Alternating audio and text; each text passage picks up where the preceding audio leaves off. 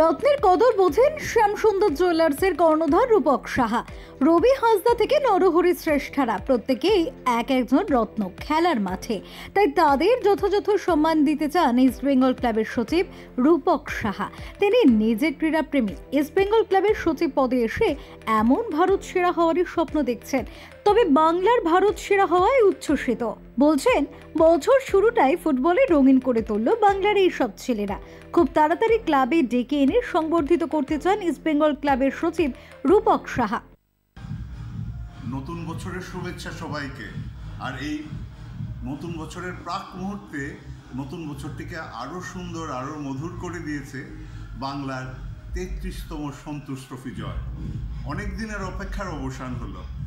আর এই আনন্দের সময়ে ইস্টবেঙ্গল ক্লাবের তরফ থেকে সমস্ত খেলোয়াড়দের, কোচেস এবং যারা সাপোর্টিং স্টাফ রয়েছে বা টিমের সঙ্গে যারা যুক্ত রয়েছেন, আইএফএ সবাইকে ইস্টবেঙ্গল ক্লাবের তরফ থেকে অনেক অনেক অনেক অভিনন্দন এবং শুভেচ্ছা।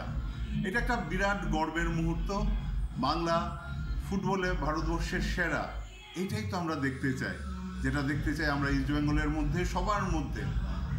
আর ইস্টবেঙ্গল এই গর্বের মুহূর্তকে স্মরণ করে রাখতে এই বাংলার ফুটবল দলকে আমরা অবশ্যই ক্লাবে ডেকে সম্বর্ধনা দিতে চাইব, এবং তার জন্য যত তাড়াতাড়ি সম্ভব আমরা আইএফএর কাছ থেকে সময় চেয়ে নেব।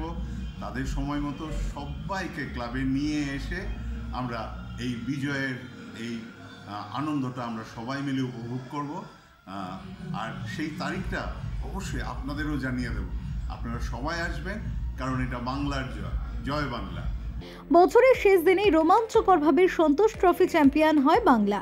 ৩৩ বার এনে সন্তোষ ট্রফি জয়। বাংলায় ফিরতে ইস্ট বেঙ্গল ক্লাব যোগাযোগ করে আইএফ এর সঙ্গে। খুব দ্রুত দিনক্ষণ ঠিক করে সংবর্ধিত করতে চায় গোটা বাংলা দলকে। Bureau report, channel 10।